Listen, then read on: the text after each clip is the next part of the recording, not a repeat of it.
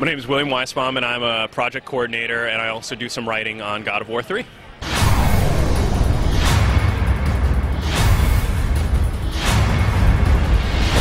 Can you tell us about how the storyline fits into the God of War trilogy so far? So the story takes up right after the end of God of War 2. You're on the back of Gaia, you're facing down Zeus on top of Mount Olympus, you're scaling, it's a full-out war between the Titans and the gods, and you're getting ready to bring it. Overall, God of War 3 is the end of the trilogy, so hopefully we're trying to wrap up all the storylines that were brought forth in 1 and 2 and just wrap it up really nicely and give the fans a great ending. Yeah, we saw giant characters. Can you talk about the giant characters that we saw when we were on and battling? So in this first section of the game, you're on Gaia, the Titan, the leader of the Titans, and she is attacked by a water creature called the Leviathan, and it bursts right on through her wrist. So you're actually battling on top of her, this giant creature, while she's moving around and flailing, and we have real-time motion so that when she throws back her wrist, Kratos will switch into a climbing mode and you can keep on attacking. She can even flip her arm upside down, and you'll be hanging from, and you can still just keep on attacking. It's really great. Can you talk about Kratos and his character development? How long has he been in development? And also, how has he changed since starting out?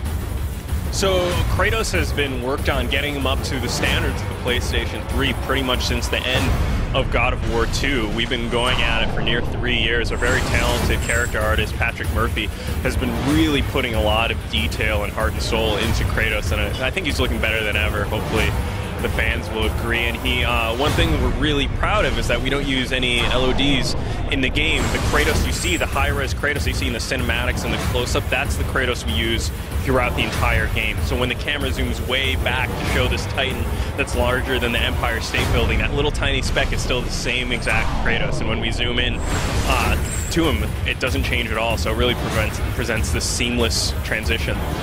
How does Kratos look from his first rough draft as God of War development was starting out in God of War 3?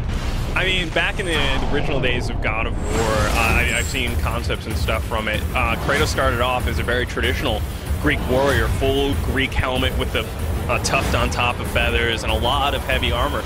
But according to legend, David Jaffe wasn't happy with that, and he just wanted something more brutal, and so eventually got down to removing the helmet, removing the armor, removing everything, until they ended up with this real, almost naked warrior, and it just gave this animalistic, brutal quality to Kratos that they were just really looking for. And I think it shows, like, a guy who's willing to face all this stuff without any protection is a little bit crazy, and that's what we were going for. Naked Warrior, we're kind of a PG-rated website, so let's cut that one out. No, how about the soundtrack? We noticed it's blaring in here. Usually we turned it down. Can you talk about how that was recorded and what you went through for that?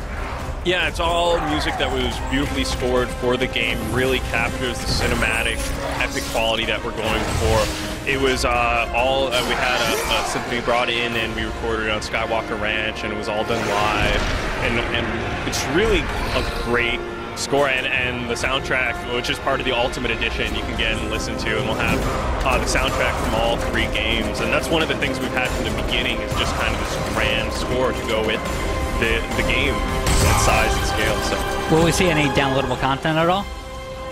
We have some items available with pre-orders from different retails, a couple different costumes. The Ultimate Edition has available for download an extra bonus costume, as well as a combat arena where there's 7 different challenges unique to the Ultimate Edition. And so there might be stuff farther down the road. We're not really discussing what our plans are yet, but how do you feel about games like Darksiders and Dante's Inferno kind of riding your turf a little bit and releasing right before this game does? Well, we make action games, and we love playing action games, so the more the better for us, so we're all excited to get our hands on them. So it's great to have the other games out there, and hopefully we can fit in with them, and fans will like it. Last question, who would you cast as Kratos? Probably myself. I think it's the role I've been waiting for. I've been working out a lot since the project started, so if you hear me out there, fans, me.